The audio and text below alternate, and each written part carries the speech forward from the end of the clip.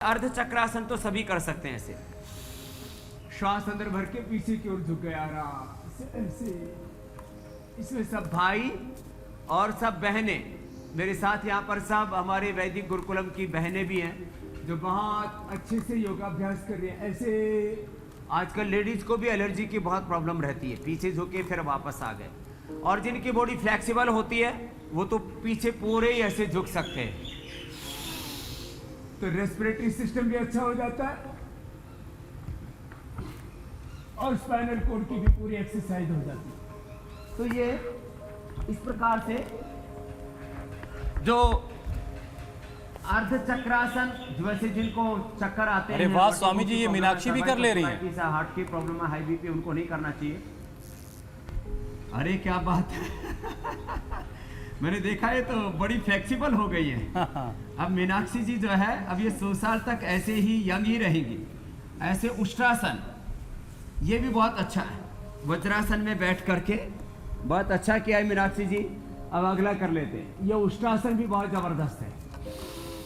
जब भी पीछे झुकेगी श्वास अंदर भर के झुकेगी, जो ऐसे ना कर सके, ऐसे ना कर सके वो ऐसे घुटने पर बैठे हुए, फिर एडियो पर ऐसे रेस्ट किया, फिर उठ गए ऐसे। ये जबरदस्त है, ऐसे इस तरह से किया। पीछे झुकने मात्र से जो उष्ट्रासन ना कर सके वो अर्ध चंद्रासन कर सकते हैं ऐसे।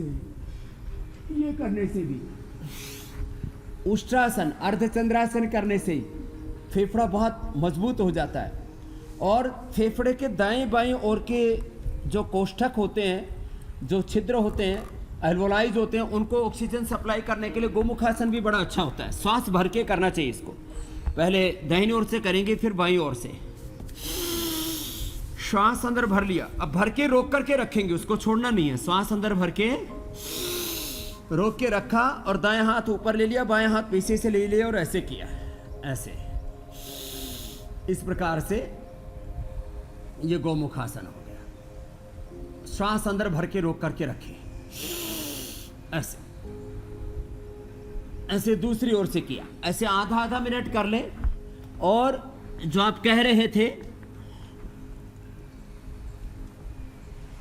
दूध के अंदर हल्दी, शिलाजी, च्यवनप्राश के साथ साथ चाय के जगह पर हर्बल टी पिए, दिव्य पेय पिए।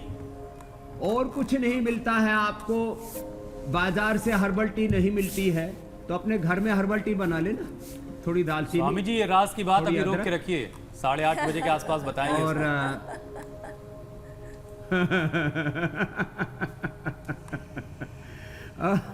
मुलठी, काली मिर्च, ये जो घर की जो रसोई है ना, उसमें हमारे करीब 99% बीमारियों का समाधान है।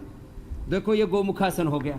अब उल्टे लेट करके अब मकरासन में लेट गए। देखो जरा, आपको बता रहा हूं, जोड़ों में दर्द है तो हल्दी, मेथी, सौंठ का पाउडर खा लिया तो जोड़ों का दर्द दूर हो गया।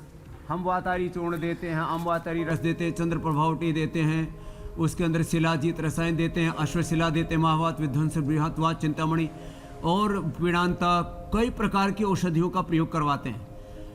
हल्दी, मेथी, सूंठ घरेलू उपाय। ऐसे ही जिनको सर्दी, जुकाम, कफ, एलर्जी लगातार बना रहता है, नजला।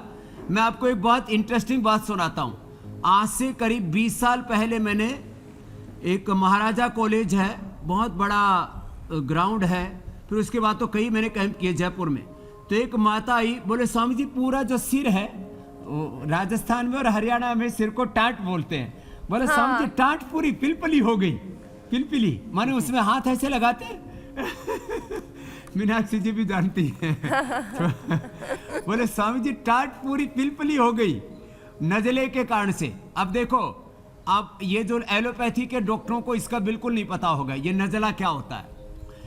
जो है नजला, पूरा जुकाम जब बिगड़ जाता है उसको नजला कहते हैं। Chronic allergy, chronic asthma, chronic cough. अब वो जब आंखों पर उतर आता है तो आंखों पर चश्मा, बालों पर उतर आता है तो बाल सफेद, नाक में उतर आता है तो नाक में अंदर पोलिप्स बन जाते हैं, गले के अंदर से कफ बहता रहता है, दांतों में उतरा जाता है तो पायरिया हो जाता है, बहुत बुरी हालत कर देता है। वो बहुत खराब होता है और अंदर ही अंदर जो है गले में रस ऐसे कफ सा टपकता रहता है, डाइजेशन खराब हो जाता है। 100 ग्राम बादाम, 20 ग्राम काली मिर्च, 50 ग्राम खांड, और कुछ नहीं तो बस 5-7 बादाम ले ले, 5-7 काली मिर्च ले ले, धीरे धीरे चबा करके ऊपर से दिव्य पेय बना करके पी ले बस, या गर्म पानी पी ले ऊपर से, नहीं कुछ भी नहीं ले, खाली ऐसे ही चबा ले तो एकदम नाक खुल जाते। जिनके भी नाक बंद है सुबह उठ करके छींक आना, श्रीजिंग की प्रॉब्लम रहती है। मकरासन लंबे लंबे श्वासों के साथ किया जाता है। स्वामी जी कुछ लोग तो अगर ये सुबह उठ भुजंगासन, ये के फेफड़ों की ऐसे एक्सरसाइज खाली हो रही है पाँव इसमें। फर्श पे उतर जाए, अपनी चप्पल ना पहने तो ये छींकें आने लग जाती है। इतनी भयंकर छींकें आती हैं, 1-2 छींक आए तो वो लोग अपशकुन होता है। जिनको 25-50 आए उनको क्या होता है, ये शायद ज्योतिषियों के पास भी शब्द नहीं होगा। आप इंदु प्रकाश जी से भी पूछेंगे अच्छा, आप इंदु प्रकाश को बहुत तो याद करते हैं शायद वो स्वामी जी। नहीं बता पाएंगे कि 100 बार छींक आती है तो ये शकुन है, ये अपशकुन है। तो जो है लंबा लंबा श्वास भर बहुत के खुश नसीब है वो भी, आप उनको याद करते रहते हैं। 5 काली मिर्च, 5 बादाम सुबह सुबह शाम ये खा लिया करें, और लंबे लंबे श्वास। ये तो आसन और अभी प्राणायाम बताने वाले हैं।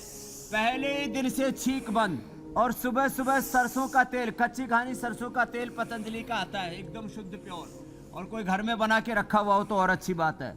लेकिन ये जो एक्सपेलर में पिलाई हुई जो सरसों होती है उससे फायदा नहीं होता है। कच्ची घानी वाले में झांस होती है, वो नाक के अंदर डालते ही पूरा, गांव की भाषा में बोले तो पूरा खखाटा उठता है, और 50 ग्राम से लेकर के 100 ग्राम तक कफ निकल जाता है।